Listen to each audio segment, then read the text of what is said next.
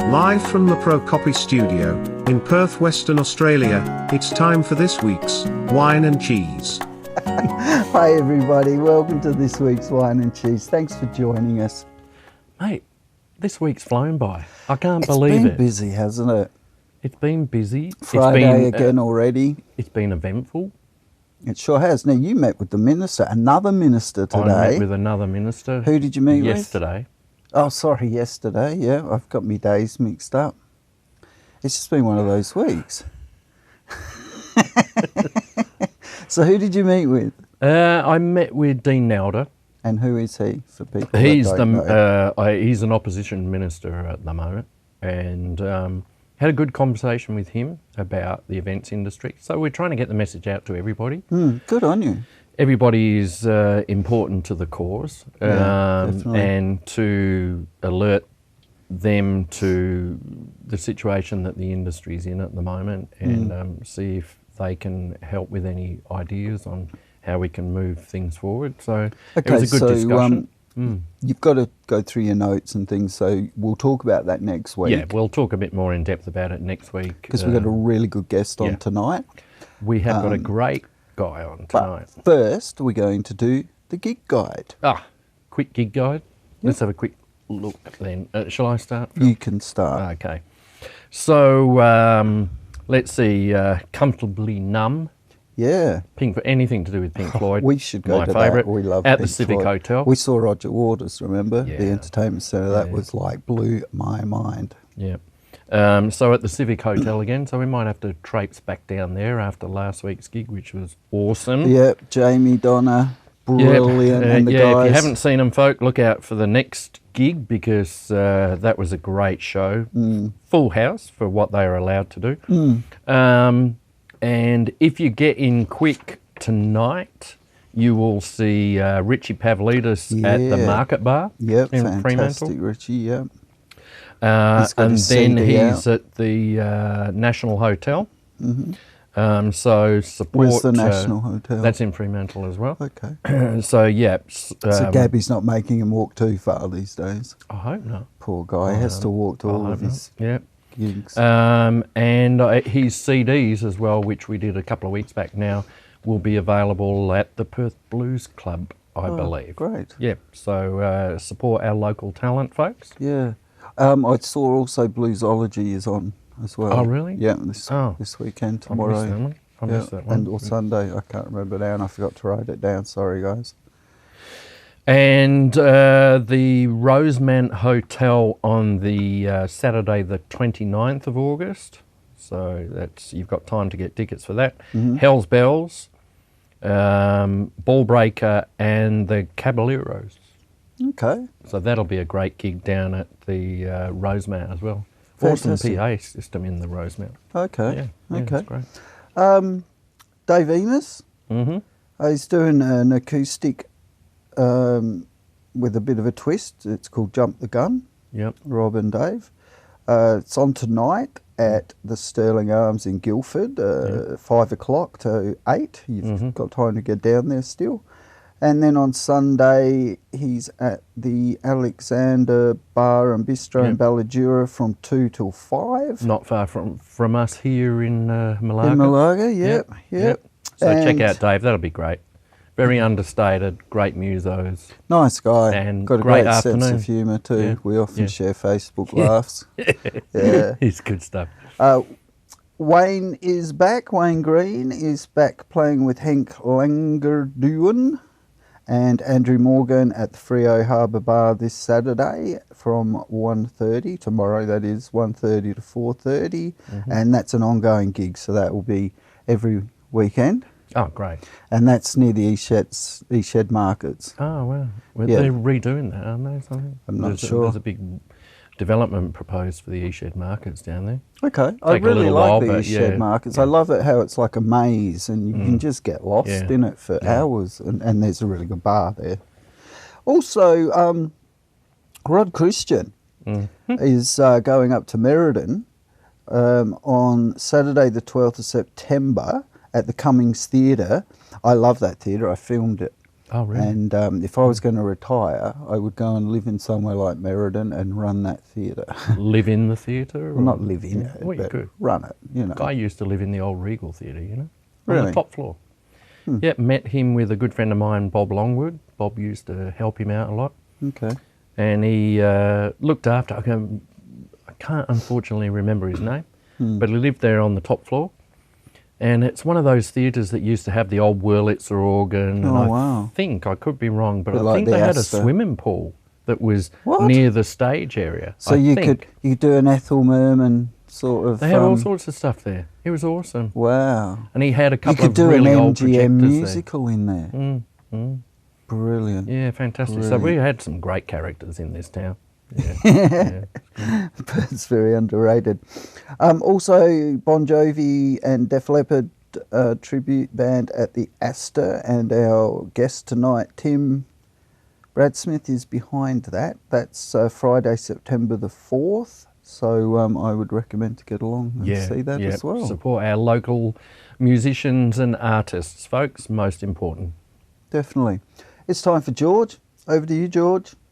You are a magician because you have the ability to make the invisible opportunities for love in a moment become visible and become experienced. You have the ability to take someone who's angry and make them feel calm by knowing how to connect with them and help them feel valued and want to be and worthy of being heard. You have the power to convert hate to kindness. And if you want, and to be a magician, do you want to make a rabbit come out of a hat, or do you want to turn someone from disbelieving in their good nature to believing in their good nature? Which one is more impressive? The rabbit out of a hat, or helping someone transform into their beauty, into their self-belief? You are so powerful that you have the ability to tune into people, their good nature, and inspire them to identify with it. So the things that were invisible become visible. And because let's be clear, when you're stressed, all the opportunities to be great are made invisible.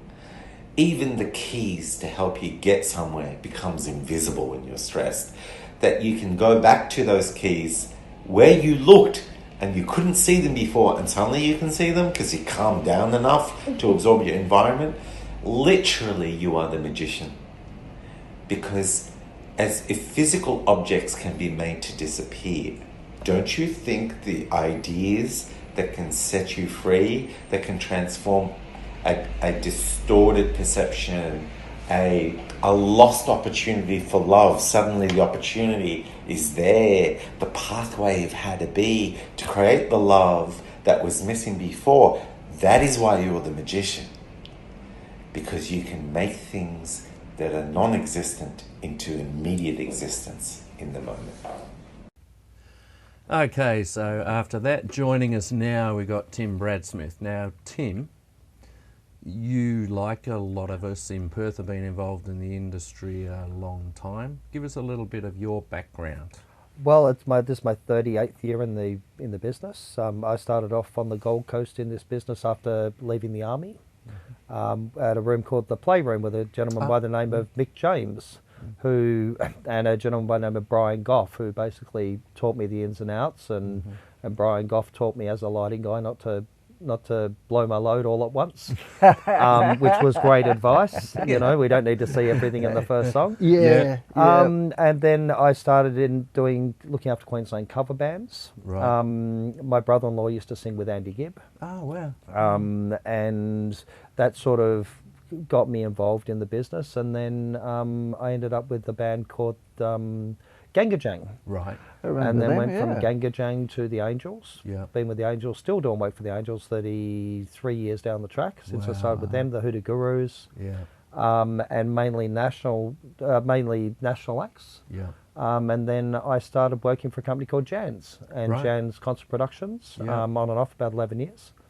and got to do, you know, the big touring acts, Simple Minds, you know, the Gypsy Kings, the Bon Jovis, all of that sort of stuff as a lighting tech. Right. So as an operator and a tech, so they'd always throw me out the front to finish the show or start the support acts, and that was always been my passion. Wow. And you toured nationally doing those? Yeah, as well? yeah, nationally, New Zealand, and then went on to stuff like LD for Joe Cocker, Sting, That's amazing. you know, site management for the Rolling Stones, Michael Jackson, U2.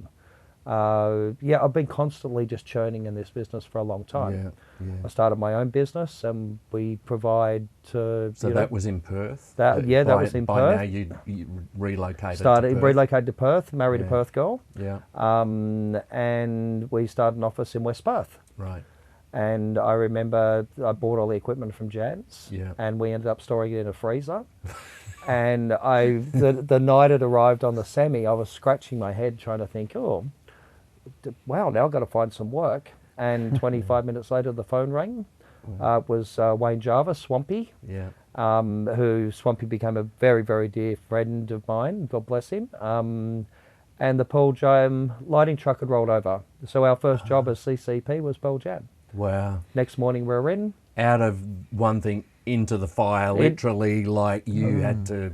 Well, I'd love you know, if someone rang me up to do a gig this afternoon, that's where I really shine. Yeah. No problem. Let's do this. Let's get it happening. Yeah. What do you want to see, guys? Yeah. It gets the adrenaline going, doesn't it? Exactly. And that's been my motivation for forever. What are some of your fun? You got any funny stories? You must have heaps. I've got lots of funny stories. I don't really talk about it too much. What happens on the road stays on the road. I've heard that saying a lot. A funny story. We're in a place called Lippenstein in Germany. It used to be an old German landing field. Right. And we're working there with Joe Cocker and Ray Neapolitan, who used to be on the Gong Show in Saturday Night Live and all that sort of stuff. Great bass player, really nice guy, Ray Neapolitan. And he was Joe's manager, and he came to me and he said, and now all we could hear in the crowd, like the estimated crowd was anywhere from 150 to 200,000, right? And all you could hear was cock, right? And I'm in a little alcove out the back, and Ray comes running out and goes, "I think he's dead, Cheeky," because they used to call me Cheeky, right? Yeah. I think he's dead. And I go, "I know first aid." And this was Joe on the floor, like almost unconscious. And I was like, no, he's breathing. But the amazing thing about Joe Cocker, he could be in a whole host of different conditions. This was back in his Bacardi drinking days. Right. Yeah. And he smokes more weed than Bob Marley, or used to smoke more weed than Bob Marley, which I've got I think they should legalise it around the world straight away. Of course. I mean, especially during this crisis, for we God's need sake. to grow up as a country. Exactly. There's so many medicinal things. Big I time. killed 10 people at a high school, said nobody ever stoned. Yeah. Yeah. Because they couldn't be bothered. Exactly. They were too busy chilling. You know, they have a joint, they go, oh, he's not such a bad guy. Yeah, exactly. You know? Yeah. We're actually going to have a mate of ours, Jason Jordan, come on and talk about it because he's been campaigning for it and set up an organisation about medical marijuana and the benefits of it. And it's rife in America. They have these little tube things. I'm not quite sure how they do it, but it's I think they remove the THC. Yes. And all the medicinal purposes so it's not, you don't actually get stoned. I think that I'm not but sure. I'm pretty sure I did. But we had some Americans come over, and I don't know how they got it through customs, but they had a bag of like tubes that looked like lollies. Right? And he goes, yeah, have a couple of these. I'm going, oh, I feel good. Yeah, I think there's two types. One will get you stoned, the other won't. Yeah. Because a friend of mine, Kathy in Idaho, tried some. She's was in her late 60s. She's passed away now, but she was taking it for medical reasons. And she messaged me and says, Phil, I've been staring at the wall for 4 hours. I said, go with it, enjoy it. I actually remember getting stoned for the first time with my brother-in-law. And he said, I'm going down the shop to get some ciggies. Would you like a kid cigarette? And I go sure. And he goes, what flavour you want? I go, I want strawberry. And he came back and said, sorry, couldn't get strawberry, could only get licorice. And I think what he'd done is got a whole cigarette, put it in hash oil, and I've smoked it. Right. So I've smoked, I'm like 13 or 14. And I was watching Superman, and same thing. 4 hours later, I go, what the hell happened to Superman? I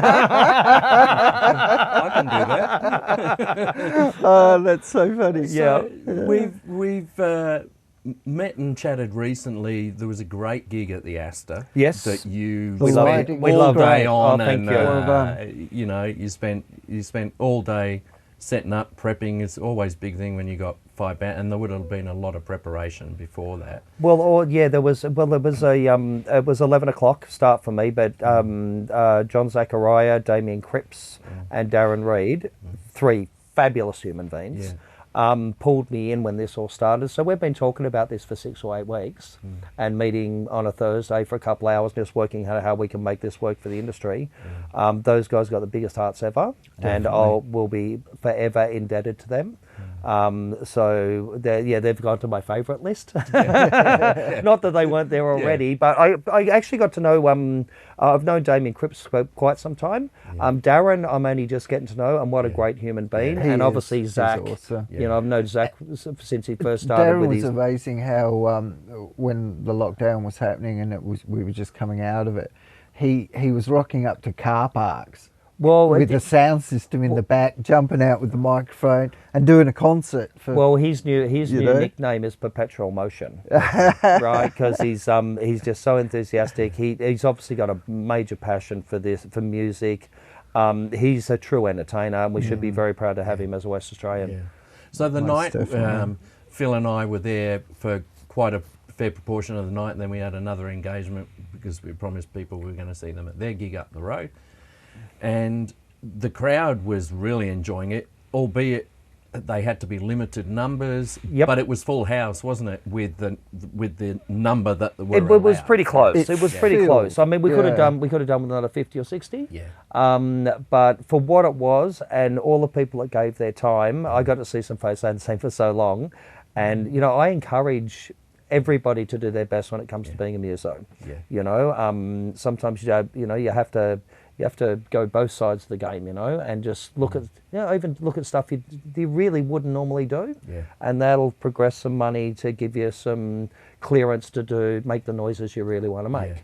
You know, so it's the more flexible, the more consistent, flexible people in the industry, the better for all of us. Yeah, the feeling in the room was great. Like everybody was there, everybody entertained, everybody up on stage was like 110%. They gave it their all. Oh, absolutely. You know, it was a bit of a rough day for me. Well, it wasn't a rough day for me. We had the Matt Gresham concert the night before. So, and then straight in the next morning into this show. Now, I'm normally used to doing this 6 or 7 nights a week. You know, 15-hour day, go home, you know, come back to another one. And it's always different shows. So the feeling I got at 2 o'clock in the morning when I sat on the end of my bed and went, wow, I just got to do a full day. But guest list, door list, venue, safety.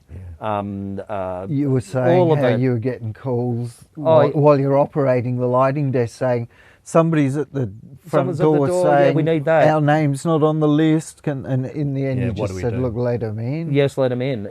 Well, it was. It got to that point. I don't know so many people I don't know got my number. We'll be investigating that. Although I've had some very nice little lovely texts from different people that I haven't seen before or met before. Fantastic. And I like meeting new people. Yeah, I think that's the one part of the industry that you realise. I did make a comment about it to somebody the other day, and I said, I find it remarkable that the industry itself is getting behind the industry at a time when everybody is behind the 8 ball. We've got to the point now where it's like we can't rely on this department to help us or that department to help us. Let's do it ourselves, like we've done time and time again, and I think it's really shown that we can't rely on the government for this at all. Well, I've been involved with Crew Care for some time. I'm a national director of Crew Care. We meet once a month over Zoom, and we talk about how we can help particular people out. We're also affiliated with Support Act as well. Yeah. So it's a Musos and the Yeah. crew. Yeah. And I mean, over the time, right back from the Australian Road Crew Association, Yeah. which I was a big supporter of, and which moved into crew care and roadie for roadies and all that sort of stuff. The guys that initially started the Australian Road Crew Association, were just normal guys from the business that had a heart and a passion for it, and they had this passion to help.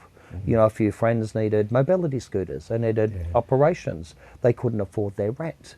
And I do understand that you'd be on the road on an international level, with a band like, say, Tool or the Eagles or whatever, and then you come back and, your girlfriend is now hanging out with the neighbour, your roof's leaking, you got no power on, you've come from 5-star hotels and beautiful food and beautiful accommodation, and you get looked after like extreme to the other. You get treated like you're worth it, right? And then bang, you're back to reality, and then suddenly COVID hits, and a lot of these guys are forced to sit there and go, well, where do we turn?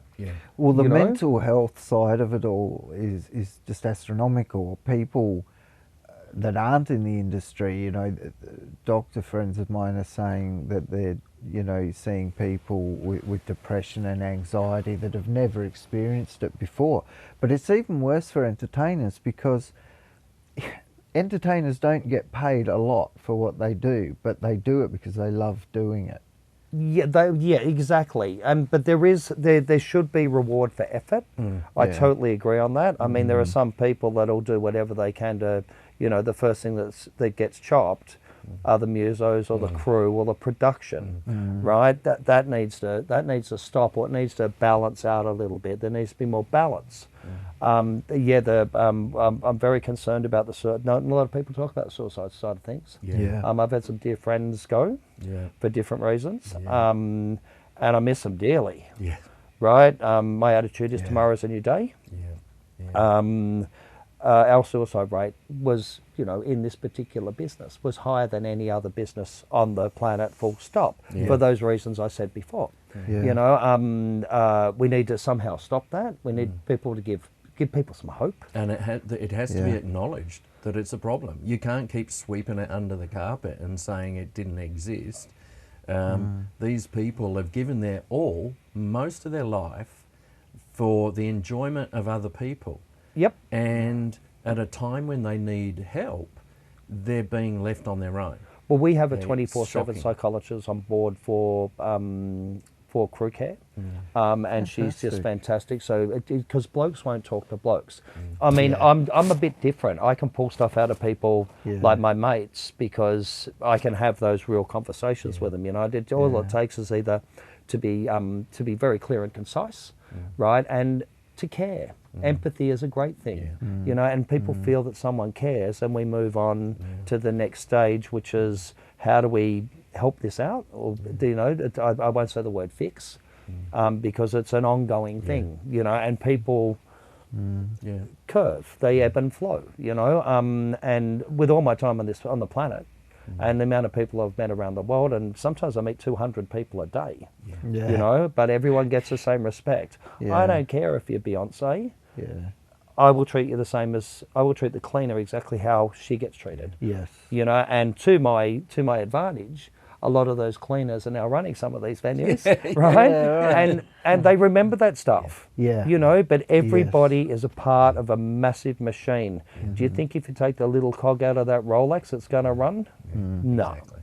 I think one of the other things is as well, which you hit on in a roundabout way, is the uncertainty of everything. And that's what, if there's a roadmap to somewhere, people go, okay, well, we're going to put up with this for another month or another 2 months or 6 months, but there's a path to something. And we don't seem to be given a path or an end date or anything like that. And this exacerbates that whole uncertainty issue for people. If you know that you've got to put up with crap business for another 3 months, you go, okay, well, let's do the best we can. And at the end of this time, but we're not given anything at the moment. And some of the decisions that have come out, I mean, the state government $76 million the other week going to the arts. Nobody knows where the money is yet. Oh, well, I don't know. And- And the money's not going anywhere near the arts. No. Basically, what it's going to do is, the car Infrastructure. park membrane at the concert hall needs redoing. We all know this. Yeah. That's where probably a chunk's going to go. Yeah. And it's, I don't hold too much against the politicians because they do have a tough job. Yeah. No doubt.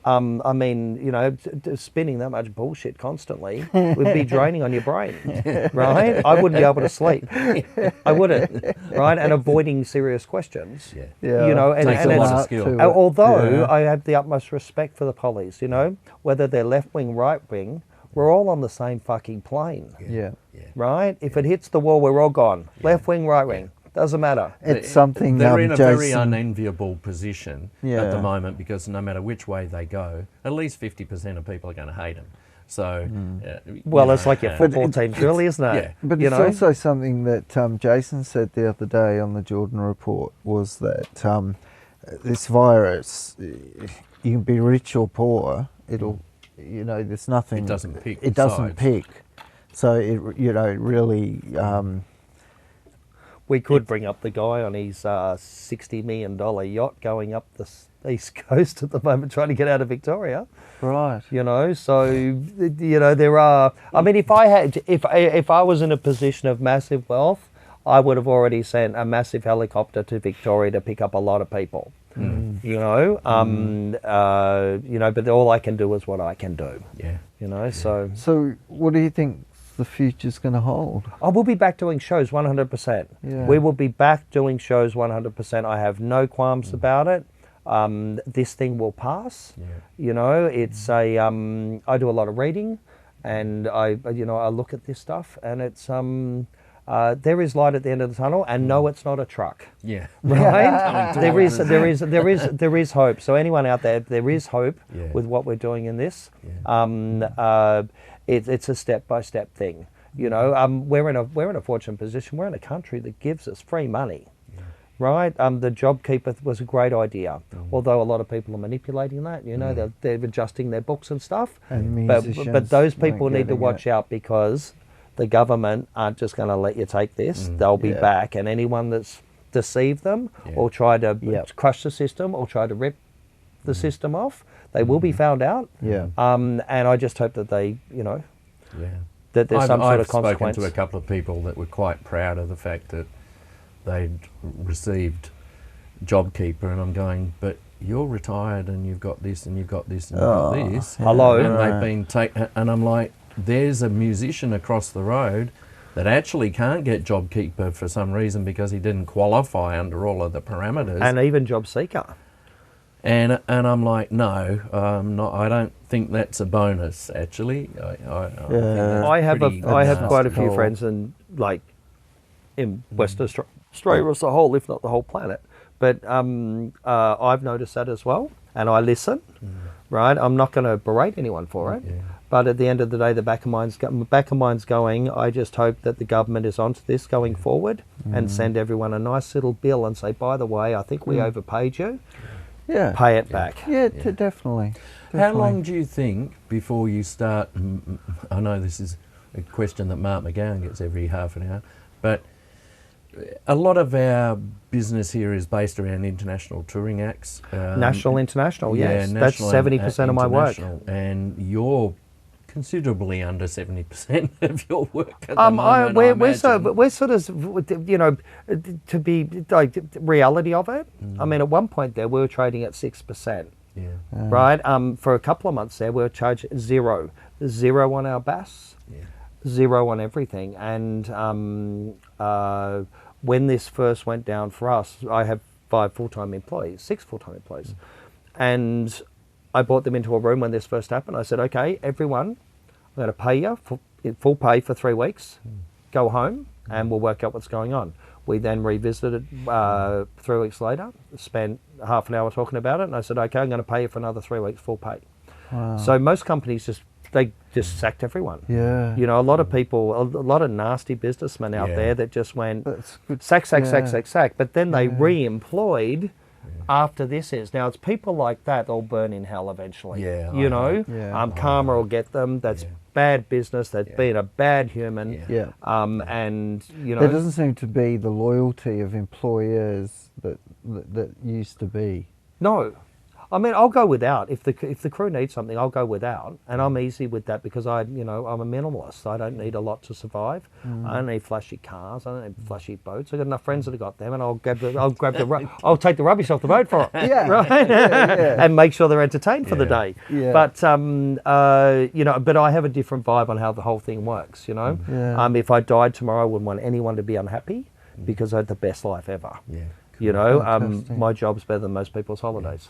We do. That's great. We are very lucky to be involved in an industry where we're around a lot of special people, and to see a concert that you just come out of it at the end of the night. I remember a couple of years back seeing the 10cc concert at the Astor. Yeah, I was the lighting guy. Yeah, and I know, and the sound guy that had come in with them, I can't think of his name. I did talk to him afterwards because I was just like, mate, you never stopped the whole night.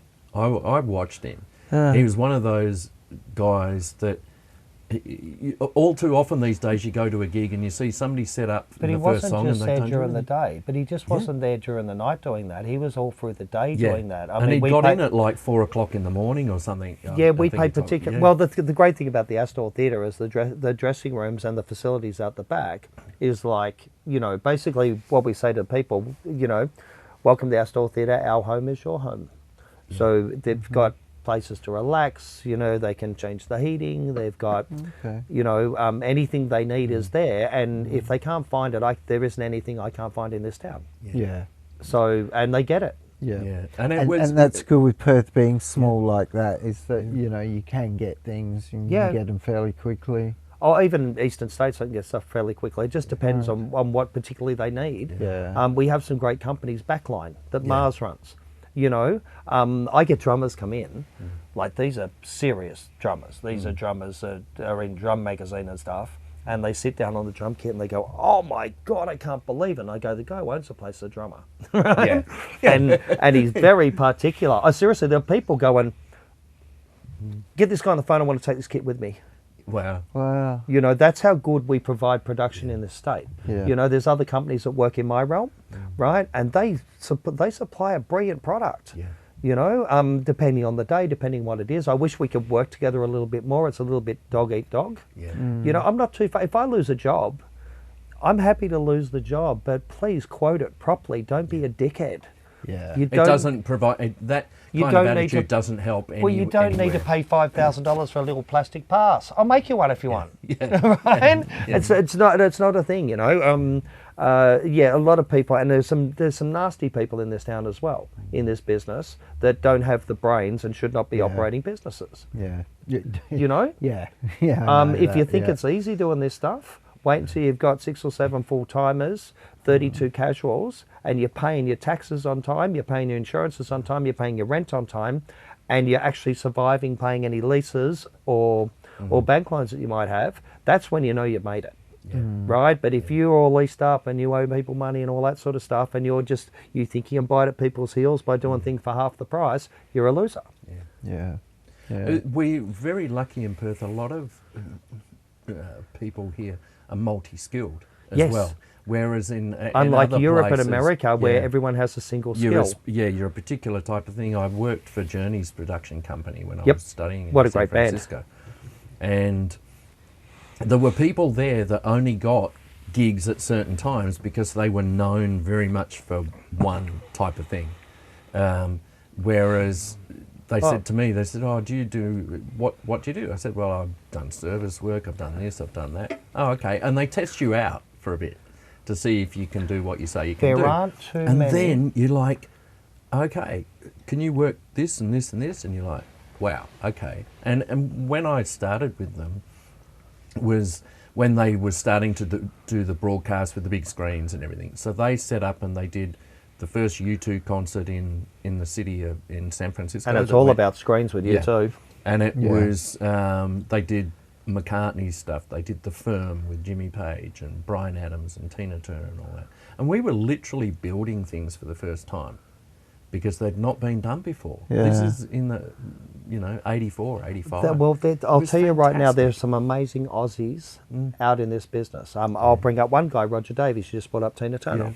Roger started with Sherbet, Tina Turner, Joe Cocker, Sher, Pink, Yeah. right? This guy is the most beautiful dude ever.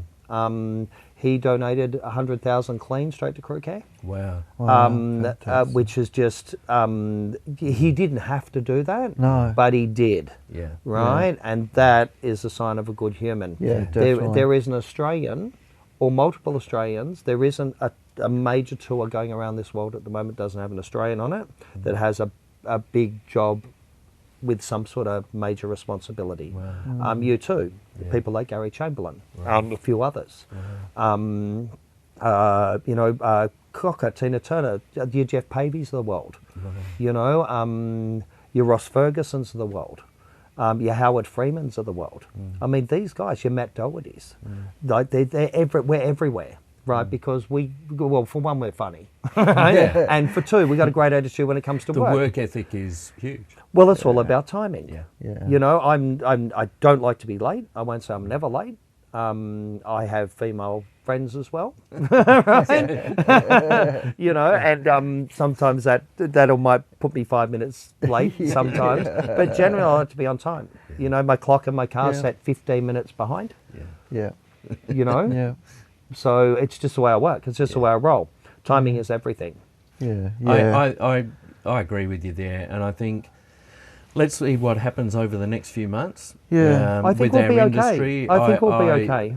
I hope you and the other people that you deal with survive through this mess. I hope overall people get the respect they deserve from the people in charge that can make a bit of a difference, and that's my big push at the moment, is trying to get some respect shown for the events industry in general.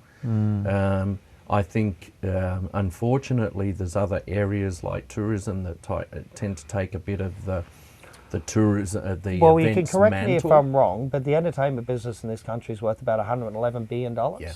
Tourism, 58. Yeah. And I reckon 10 of their 58 is ours. Yeah. Because Yeah. they're bums on seats, hotel accommodation, food, Yep. functions, pubs, The flow on. everything, the flow-on effect. Like when Yeah. Ed Sheeran comes here and plays to 120,000 people over 2 nights, that ain't tourism dollars tourism, Yeah, right? exactly. That is not tourism dollars. Tourism need to understand that we're part of their bottom line. Yeah. Look, airlines. Yeah. Yeah.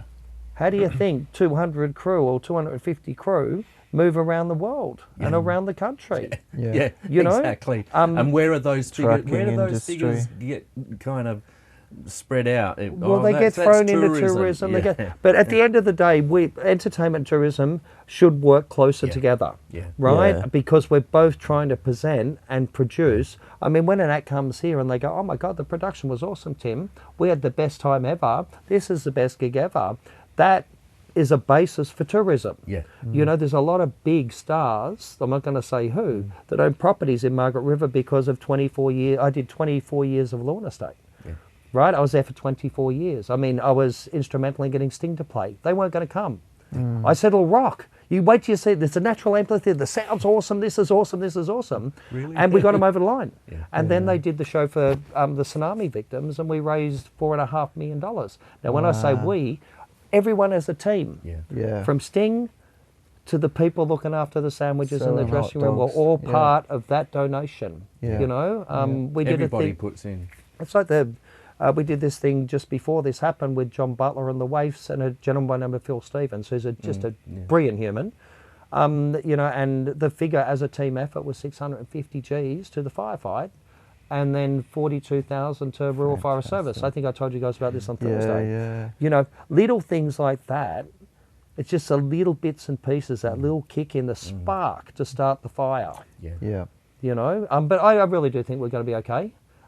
It's just going to be a bit tough for a while. Yeah. And One of the suggestions that I had with the meeting that I had with Lisa Baker, actually, was that the portfolio for the arts minister should be broadened. Apparently, at the moment, it's very difficult to get a new minister for anything put in, right? Well, I mean, Paul Duncan Ord, he said, well, I won't say Paul Duncan Ord. Yeah. Duncan Ord's an awesome human being, a beautiful guy, but they just keep handballing all this stuff onto his ministerial plate. Yeah. Once that crushes back out a little bit, I think we'll be okay. Yeah. I think what they've got to do is actually pull some things like, when you try and find who advocates for the events industry as a whole, there isn't anything. There needs to be a portfolio there, and there's not going to be a new one created, but I think they can expand the current one better to incorporate it so that when we've got issues like this, there's actually somebody to talk to that understands more about the industry, because well, this is where we're lucky. Many people. Right, well, this is where we're lucky. Like the Entertainment Industry Association, the EIA, which was started by Cassandra Brennan and Tim Bradsmith back in the day. I haven't spoken to any of those people. No one's bothered to call me. Apparently they've got figures though, and the figures, from what I can tell, are wrong in a lot of cases. Well, it's like Wham. Yeah.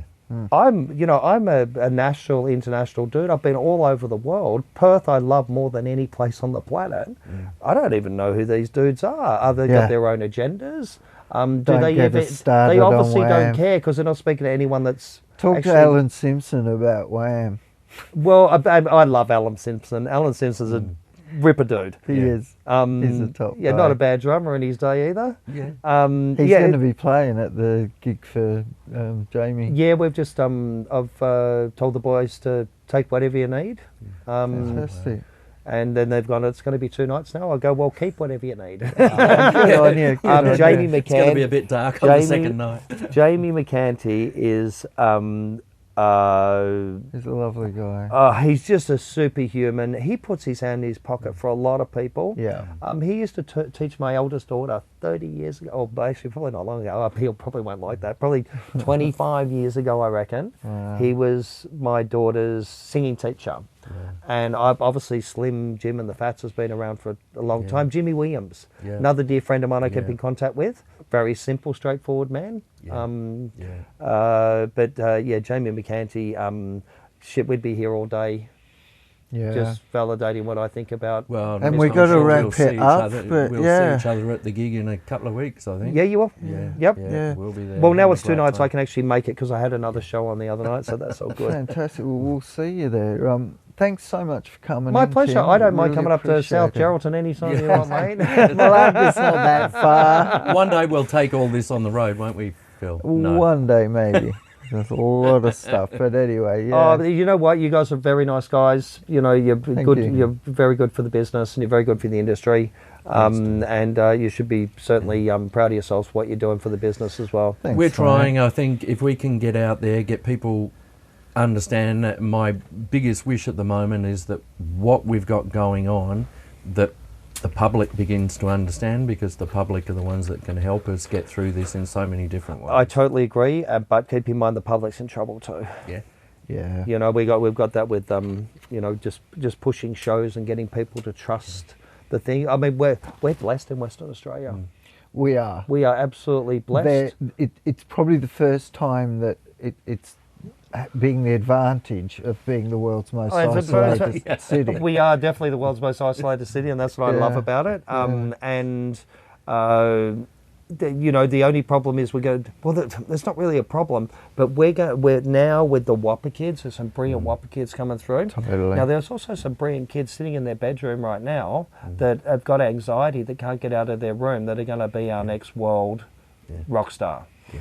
We've got to change that around. We need to change that around. We need to entice them out with friendliness, and give them some validation on their life, and tell them, you know, there are people out here which will support you, and if it doesn't work, it's not a problem. There's some great mentors in this industry, like yourself, Tim, and it's important that we all try and pass our knowledge on to other people, and like you say, give them the feeling of security at a time when people don't want to trust anything. No. Well, I mean, there are people out there you can trust. There really are. Yeah. You know, tread gently. But, you know, we've got a good group of people here. We've got a good group of well-educated people as well. You know, and I think that'll be what'll get us through. Okay, well, yeah, thanks for coming in, Tim. My pleasure. Really. What are you doing? What are you doing? Get out of that mud puddle. Get out of that mud puddle. Peanut, if you don't get out of that mud puddle. I don't have a towel to dry you off, and you're all mud. No! Get out of there. Get out of there. No, no, no. Peanut, no.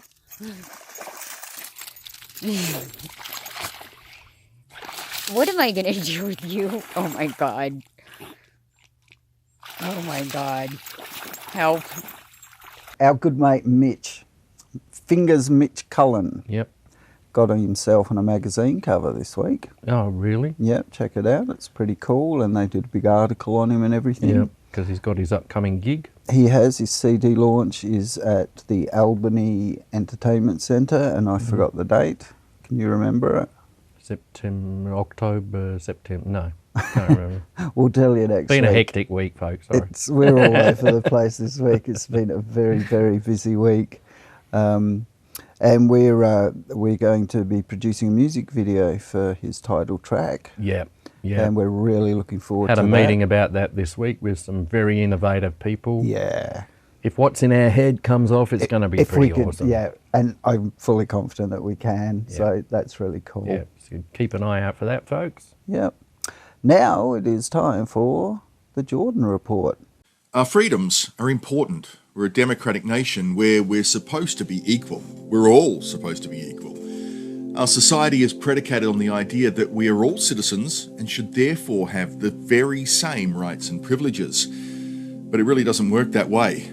Money talks, and stories abound of how people like Kerry Stokes and Danny Minogue were able to skirt the rules and quarantine in their own homes. There's even a recent story about a guy who was given permission to go and collect his new yacht. And whilst I'm angry at these stories and find the disparity utterly repugnant, it's not this that upsets me the most. Money has ruled the world for a long time. Changing the power dynamic means fighting the inertia of rampant capitalism and the insipid addiction we have to the pursuit of wealth. What upsets me a great deal more is those who choose to exercise their freedoms to the disadvantage of everyone else. Now, at a fundamental level, no one should have the ability to be able to tell us to wear a mask or socially distance. No one should be confined to their home 23 hours a day. We should all be able to traverse our state borders at will, and we should certainly be able to leave the country if we want to. But as grown-ups, we have to acknowledge that we have a responsibility to everybody else that we share this world with. We pay taxes together to build infrastructure for all of us. We pay car registration together to fund roads that we can all access. And we have both an implied and an explicitly defined role to play in the community that we're part of. Look at the US. There's a country that puts the individual and individual freedoms first. And as a result, there are millions without access to healthcare, there are millions below the poverty line, there's massive problems with gun crime because people have a constitutional right to own guns. Their shockingly callous disregard for human life is totally at odds with how so many think about abortion. And it's this misplaced sense of freedom that has resulted in the US having the worst COVID-19 death toll globally. It seems many Americans care about freedom, but only their own individual freedom, not the freedom of the person standing next to them. We should all have the freedom to not be assaulted, abused, starved, or forced to sleep outside. We should all have the freedom to get a decent education and to have the opportunity to use our labour to provide value. We should all have the freedom to not get infected involuntarily by someone who has no respect for the boundaries of others. Our right to throw our fist ends where someone else's nose begins. Our right to not wear a mask ends where that behaviour may infect someone else.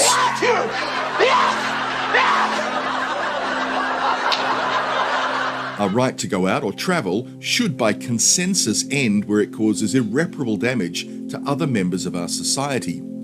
If individual people are not going to respect the unwritten social contract of having some sense of responsibility for the health and well-being of others, then unfortunately, they must be compelled. We are not an individualistic society. Anarchy doesn't work. Libertarianism is at first glance a noble ambition, but it's not the reality of the world that we share. We are here together. We are stuck on this one planet. We have limited resources and limited space. Without cooperation, we cannot move forward. War, external and internal, cannot be avoided if everyone works to their own advantage rather than the greater good. The most valuable thing in the world is not money. Money is a tool. The most valuable thing is people. We must protect each other, respect each other, and try to improve things for everyone. It doesn't have to be a competition. We physically create value by enabling people, educating people, and keeping people healthy. Looking after society benefits all of us. Freedom can be looked at from another perspective. It's not just about your right to do as you please. Freedom is the ability for all of us to be able to make responsible choices that don't adversely affect others. It's why we have laws, to protect everyone from each other. We take freedoms away from those who harm others.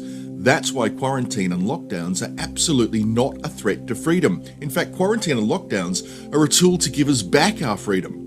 The virus and the people who care more about their ability to go to the footy or take part in a demonstration are showing the cracks in the world that we've constructed. We see the inequities, the corruption, the scandalous disregard for the less fortunate, and we all know we can do better. Some can't be bothered until it affects them directly, but there's many of us out here who argue loudly for change, and now is the opportune time. Change is inevitable, but let's make it happen before too many more people die as a result of irresponsible behaviour. Capitalism is good. Capitalism without bounds, a logical extension of so-called freedom, both bad and causing an ever-widening gap between the haves and the have-nots. Our economy must transform to become about people and happiness, not money and greed. Whether you believe in a God or you believe in yourself, a happy, healthy, equal society will always result in more freedom, more mobility, and a greater happiness for all.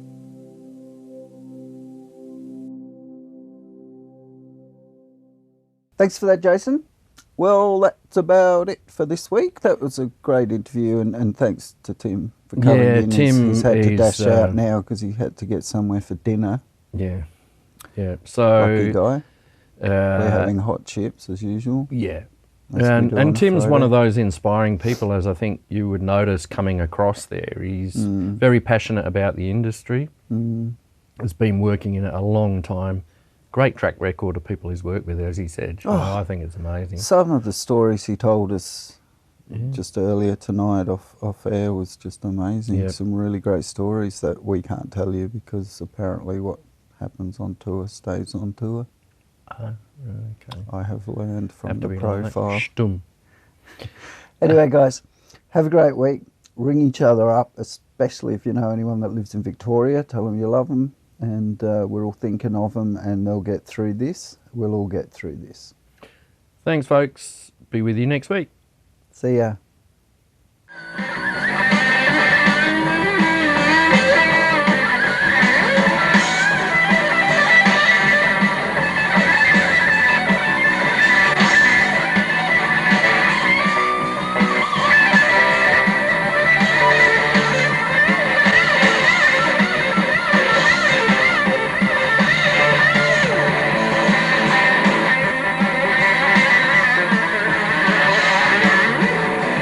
This is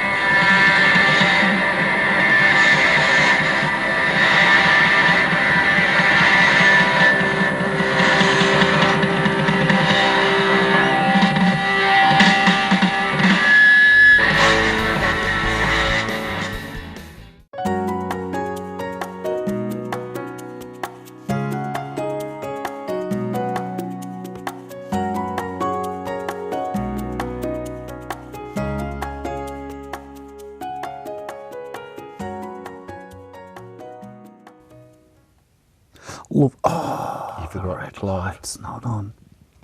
You forgot what? You forgot to say something. You were going to say something about Clive. Clive who? Oh, how easy you forget, Clive Palmer. Oh, fuck the